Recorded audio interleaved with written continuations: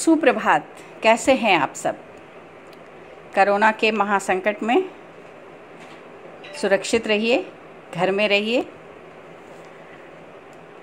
आज मैं BA part 3 की छात्राओं के लिए 6th पेपर में काव्य हेतु टॉपिक पर चर्चा करूंगी। कवि में काव्य निर्माण के सामर्थ्य उत्पन्न करने वाले साधनों का नाम काव्य हेतु है। काव्य शास्त्र में उन पर विस्तार से विचार हुआ है। वैसे काव्य के प्रेरक, हेतु और प्रयोजन शब्द लगभग समान ही हैं। और पाश्चात्य काव्य शास्त्र में प्रेरक तत्वों पर विचार हुआ है, जबकि भारतीय काव्य शास्त्र में काव्य के हेतु तथा प्रयोजन पर। तो पहले मैंने काव्य प्रयोजन पर आपको बताया है, काव्य प्रयोजन की चर्चा की है मैंने पहले। आज मैं काव्य हेतु के विषय में आपको बता रही हूँ। संस्कृत काव्य शास्त्र के प्राचीन आचार्यों में भामह ने काव्य का हेतु केवल प्रतिभा को माना है। अब काव्य हेतु क्या है? काव्य हेतु है जिससे कवि में काव्य निर्माण के सामर्थ्य उत्पन्न होते हैं। तो यहाँ पे जो भामह हैं वो कहते हैं कि पहला उनका जो मत है वो कि काव्य का हेतु केवल प्रतिभा है, या मतलब जिसके अंदर प्रतिभा होगी वही काव्य निर्माण कर सकता है। तो और फिर ये भामह का ये मत है।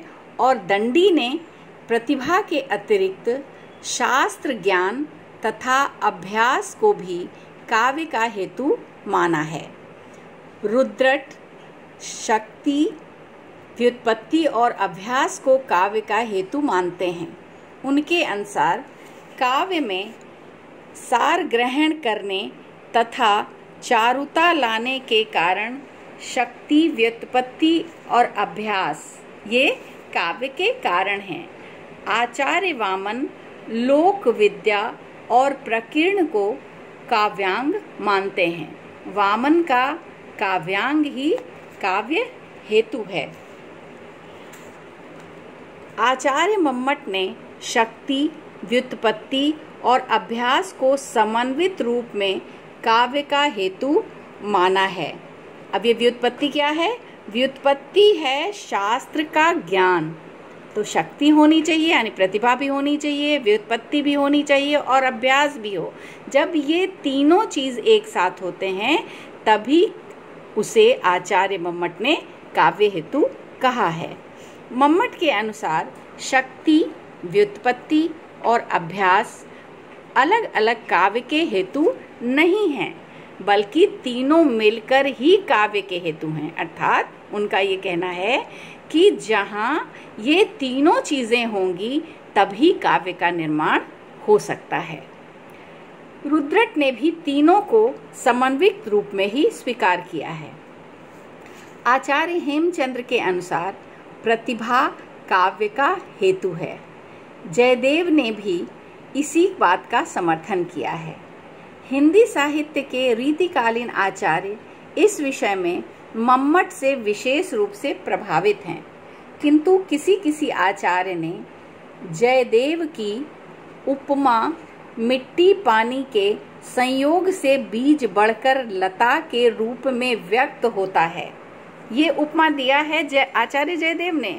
उनका कहना है कि मिट्टी और पानी दोनों के संयोग से किसी लता की उत्पत्ति होती है, लता बढ़ती है या लता उत्पन्न होती है। तो इसी प्रकार जो काव्य हेतु है उसमें भी कई कारण होते हैं। ये जयदेव की इस उपमा को हिंदी काव्य के जो आचार्य हैं, रीतिकालीन आचार्य हैं, उन्होंने इसे स्वीकार किया है और इन्हीं का प्रयोग और इनके उपमा का प्रयोग करके उन्होंने तीनों के संबंध को स्पष्ट किया है और ये बताया कि काव्य हेतु में तीनों का समन्वित रूप होना चाहिए। तो यहाँ निष्कर्ष ये है कि संस्कृत के काव्य शास्त्रीय काव्य के हेतु के रूप में प्रतिभा, व्युत्पत्ति और अभ्यास को विशेष महत्व दिया गया है। किसी किसी आचार्य ने समाधि को भी काव्य का हेतु माना है। तो अब आइए इन जो चार प्रकार के जो काव्य होती हो गए, प्रतिभा, व्युत्पत्ति, अभ्यास और चौथा समाधि। इनकी हम थोड़ी विस्तार से चर्चा कर लेते हैं। प्रतिभा। आचार्यों ने काव्य सृजन के हेतु रूप में प्रतिभा को विशेष महत्वपूर्ण स्थान दिया है। प्रतिभा के शक्ति और संस्कार विशेष पर्यायवाची शब्द हैं। प्रतिभा को ही अन्य दूसरे आचार्यों ने शक्ति और संस्कार विशेष का भी नाम दिया है।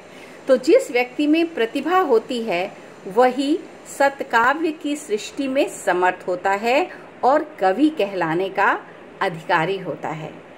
भट्टतौत के अनुसार प्रतिभा उस प्रज्ञा का नाम है जो नित्य नूतन रसानुकूल विचार उत्पन्न करती है।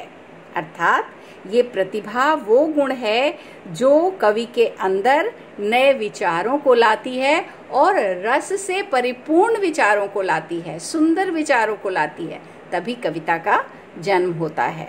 तो कुंतक ने कवि शक्ति को प्रतिभा कहा। पूर्व जन्म तथा इस जन्म के संस्कार से परिपक्व एक अद्वितीय दिव्य शक्ति प्रतिभा कहलाती है। मैंने पहले बताया आपको कि इसको शक्ति और संस्कार विशेष भी कहा जाता है प्रतिभा को। यहाँ जो कुंतक हैं वो ये मानते हैं कि कवि की जो शक्ति है वही प्रतिभा है और पूर्व जन्म तथा इस जन्म के संस्कार भी इसमें जुड़े रहते हैं, ऐसा कुंतक का मानना है। आचार्य मम्मट ने भी प्रतिभा के लिए शक्ति का शब्द का प्रयोग किया है। वामन के समान ही उनकी व्याख्या भी है। वो कहते हैं कि शक्ति कवित्व का बीज रूप संस्कार विशेष है जिसके बिना काव्य सृजन नहीं होता है। वाग्भट ने प्रतिभा की व्याख्या करते हुए लिखा है, प्रसन्न पदावली, नित्य नूतन अर्थों तथा उक्तियों का उद्बोधन करने वाली कवि की सर्वोत्तोन्मुखी बुद्धि को प्रतिभा कहते हैं। आनंदवर्धन तथा अभिनव गुप्त शक्ति और प्रतिभा की एक रूपता स्वीकार करते हैं। अभिनव गुप्त ने प्रतिभा को दो प्रकार का माना है, आस्था तथा उपाख्या। और इसी प्रकार उन्होंने ये कहा कि कवि की प्रतिभा आख्या तथा समालोचक या सहृदय की प्रतिभा उपाख्या कही जाती है। रुद्रक ने भी प्रतिभा के दो भेद माने हैं, सहजा और उत्पाद्या। सहजा स्वाभाविक होती है और उत्पाद्या शास्त्र अध्ययन से उत्पन्न की जाती है। यानी प्रतिभा के भी कई प्रकार बताए गए, जिसमें रुद्रक ने कहा कि इसके दो भेद हैं, सहजा और उत्पाद्या। सहजा वो शक्ति है जो कवि के अंदर या व्यक्ति के अंदर विद्यमान होती है, और वो किस रूप में विद्यमान होती है? एक तो उसकी शक्ति के रूप में और दूसरा एक संस्कार बीज के रूप में, जो पहले के आचार्यों ने बताया। और दूसरा जो उत्पाद्या है, वो जब शास्त्र के अध्ययन के द्वारा जो ज्ञान प्राप्त करता है व्यक्ति, उससे वो शक्ति उत्पन्न होती है, तो वो भी उसकी प्रतिभा के अंतर्गत आता है। सहजा और उत्पाद्या, ये दो नाम दिया रुद्रट ने। दंडी प्रतिभा की अपेक्षा निपुणता तथा अभ्यास को महत्व देते हैं। उनके अनुसार प्रतिभा के न होने पर भी अध्ययन और अभ्यास संपन्न व्यक्ति वाणी की कृपा से विद्वानों की सभा में विहार के योग्य हो जाता है। यानी जिसके अंदर प्रतिभा भी हो और साथ में अध्ययन भी करने की क्षमता हो और अभ्यास भी करता हो, तभी वो दंडी के अनुसार वो कवि बनने के योग्य होता है या वो कवि बन जाता है। दूसरा है व्युत्पत्ति। व्युत्पत्ति का अर्थ है पांडित्य या विद्वता। रुद्रट के अनुसार छंद, व्याकरण, कला, लोक स्थिति आदि से उत्पन्न उचित अनुचित विवेक का नाम व्युत्पत्ति है। मम्मट ने व्युत्पत्ति को निपुणता कहा है। यह निपुणता चराचर जगत के निरीक्षण और काव्यादि के अध्ययन से प्राप्त होती है। समझ में आई ये बात? अब ये व्युत्पत्ति क्या है, ये निपुणता कहाँ से आती है? चराचर जगत के निरीक्षण से या अनुभव से, जो हम दुनिया में सब कुछ देख रहे हैं, समझ रहे हैं, उसके द्वारा, या जो हम काव्य का अध्ययन करते हैं, शास्त्रों का अध्ययन करते हैं, उसके द्वारा ये निपुणता हमारे अंदर आती है। और इसी को मम्मट ने व्युत्पत्ति का नाम दिया।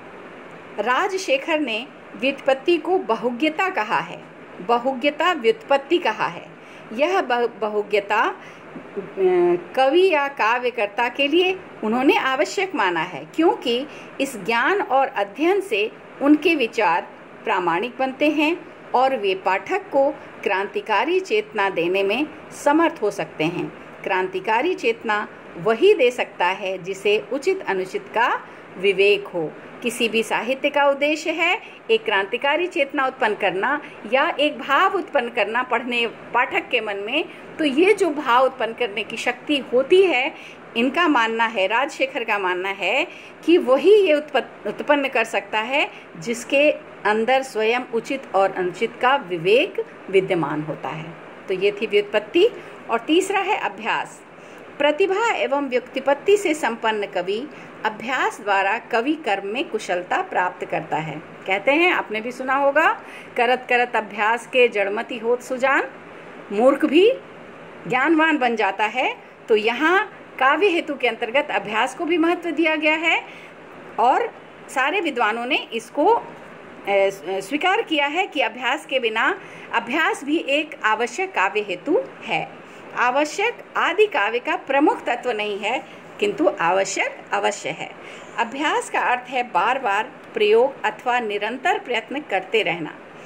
दंडी प्रतिभा के महत्व को सर्वोपरि महत्व देते हैं, किंतु वे अभ्यास को भी आवश्यक मानते हुए कहते हैं कि किसी में अगर अद्भुत प्रतिभा नहीं है, किंतु काव्य के श्रवण और अनुशीलता तथा निरंतर अभ्यास से सरस्वती की उपासना करके वह वाणी अवश्य ही अनुग्रह करती है। अतः जो कीर्ति चाहते हैं उन्हें आलस्य का परित्याग कर सरस्वती की उपासना करनी चाहिए, क्योंकि कवित्व के क्षीण होने पर भी अभ्यासशील व्यक्ति विद्वानों की सभा में विहार करने में समर्थ हो जाते हैं।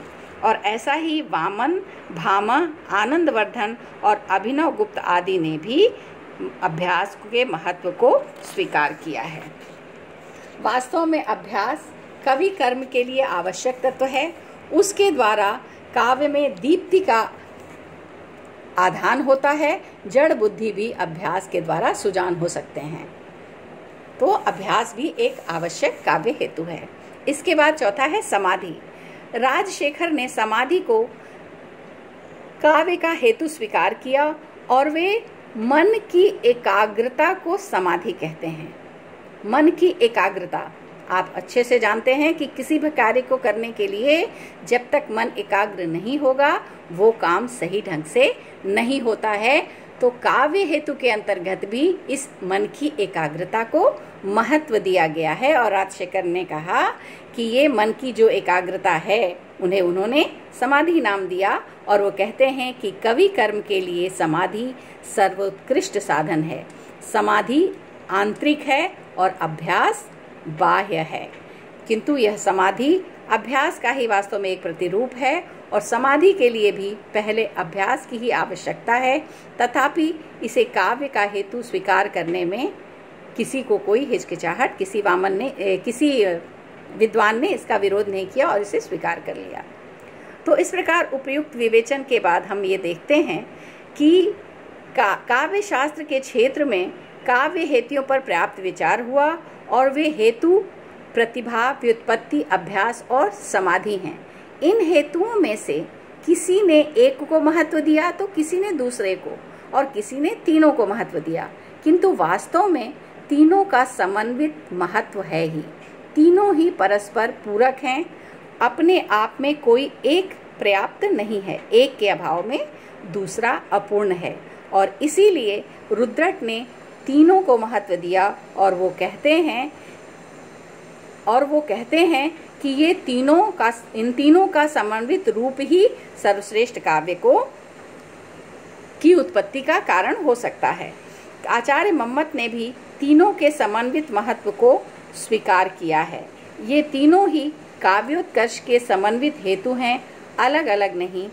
जयदेव, पंडितराज जगन्नाथ तीनों के महत्व को स्वीकार करते हैं। हिंदी के अधिकांश आचार्य मम्मट और जयदेव का अनुसरण करते हुए प्रतिभा, व्युत्पत्ति और अभ्यास को काव्य का हेतु मानते हैं। धन्यवाद।